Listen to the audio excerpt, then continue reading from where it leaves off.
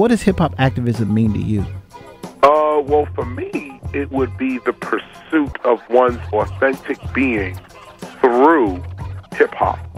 It would be the pursuit of your authentic self.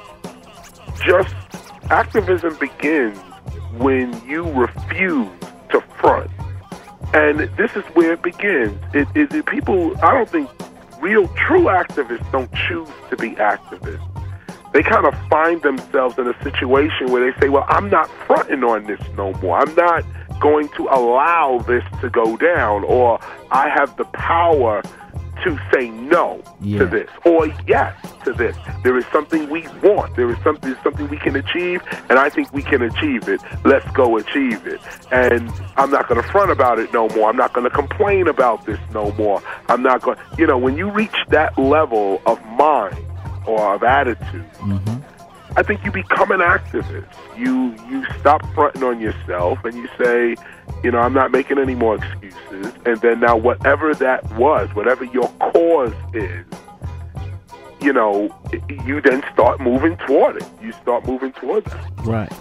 The part of activism too, takes action. And one of the actions that you did in 1997, was to form the Temple of Hip Hop. Can you explain a little bit about what that organization is? Well, the Temple of Hip Hop, which you can find out more at templeofhiphop.org. The Temple of Hip Hop came to me in 1996 after a 1994 revelation. In 1994, I realized that I am hip-hop. Right. I realized that I am what I am doing and being. That hip-hop is not over there somewhere. It's not external of myself. I am it. Hip-hop does not enter the material world until I say I am it, or we perform it in some way. Yeah. When I began to look at this revelation, my eyes were open. I realized that hip-hop is a term that never comes into physical manifestation.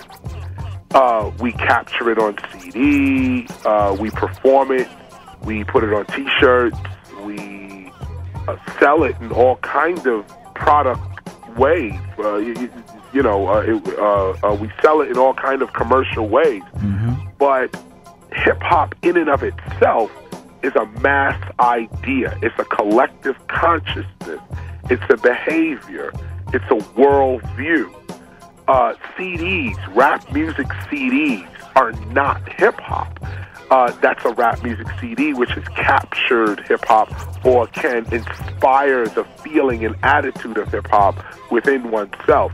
But the CD is not hip-hop in and of itself. You can't drink a can of hip-hop. You can't put on hip-hop and suddenly become hip-hop. Right. It's not like that. Hip-hop is a spiritual concept. It is a metaphysical concept. It never enters the material world. It's a shared idea. We all keep sharing this idea. So when I realized the nature of hip-hop, I said, wow, then the way to preserve this, the way to continue this experience called hip-hop is not to preserve its artifacts like LL Cool J's Kango hat or Run DMC's Adidas sneaker or even KRS-One's jacket from Criminal Minded. Right. This is not how you preserve hip-hop, by preserving its artifacts. To really preserve hip-hop, we have to preserve the force, the experience, the tradition. And this is what makes hip-hop a culture. And I'm putting it to you this way because this revelation came to me in a flash. Yeah. Just boom. All of this is just like, oh, wait a minute. I am hip-hop. This is me. I'm the beginning of a new civilization. I'm the beginning of a new people. And that idea has to be protected forever. So we formed a society called the Temple of Hip Hop. And this society is made up of everyone that can experience hip hop beyond entertainment. if you can see that we have an opportunity in our lifetime, we have an opportunity to establish new patterns of living, new codes of human conduct. We have an opportunity to start a new tribe in the world, a new ritual in the world, one that can lead toward peace, love, unity, and safely having fun. We have an opportunity to bring peace in the world through our hip-hop activity. Like, imagine, hip-hop is in every inner city in the entire world. That's right. And it is dictating to every inner city what is cool and what is not, what is acceptable and what is not. So with that revelation, those that join our society, Temple of Hip Hop, are just people who understand that hip hop has a responsibility to its listeners, to its participants, and to the world at large. And if you can see the vision of, say, let's say a hip hop city, for instance, I was going to say a hip hop, like a total civilization, which is the ultimate theme in that sense. But a smaller theme would be a city. Smaller than that would be a resort. Smaller than that would be things like the Stop the Violence movement and Hip Hop Appreciation Week, right? And Hip Hop History Month and things like that. This is why we start here. You had mentioned about the Stop the Violence movement. Yes, go ahead.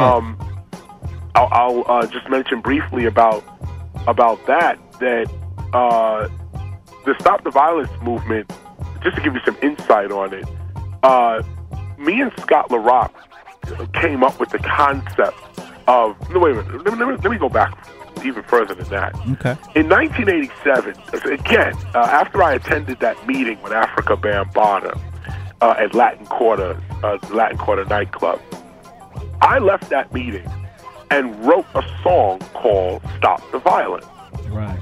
And this song was supposed to be like back in the days, you could be performing, well, really today too, but you could be performing and a fight breaks out in the crowd. Yeah. And I wrote this song that when the fight broke out, I would sing this song to quell out the fight or to bring the crowd into order, like to bring the crowd back into order so that everyone's not rioting or, trying to stampede their way out of the club because somebody has a gun or a knife or something like that. Yeah. And remind you, this is back in the days. This is before metal detectors. This is before all of that. This is where you had your gun on you on the dance floor. No doubt. We all agree tonight, all of the speakers have agreed that America has a very serious problem. Not only does America have a very serious problem, but our people have a very serious problem. America's problem is self-destruction. You're headed for self-destruction. Self-destruction. You're headed for self-destruction. Self-destruction. You're headed for self-destruction.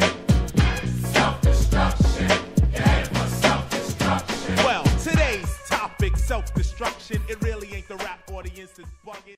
Yo, this is Big Daddy Kane. This is Dick Gregory. This is Cheyenne Salah. This is Dr. Maxine Nim. This is Elmer Dixon. And yes, y'all, this is Melly Bell. This is the Indigenous Fly Girl. Yo, this is Johnny Deuce. This is Big M1, one half of Dan Prez. This is Dope Yo. This is Paradise. This is QD3. This is your girl, Miss Chrissy. This is Tony Muhammad. Yo, this is KRS One, and you checking out the Keith Tucker Show. And bow down. And bow down.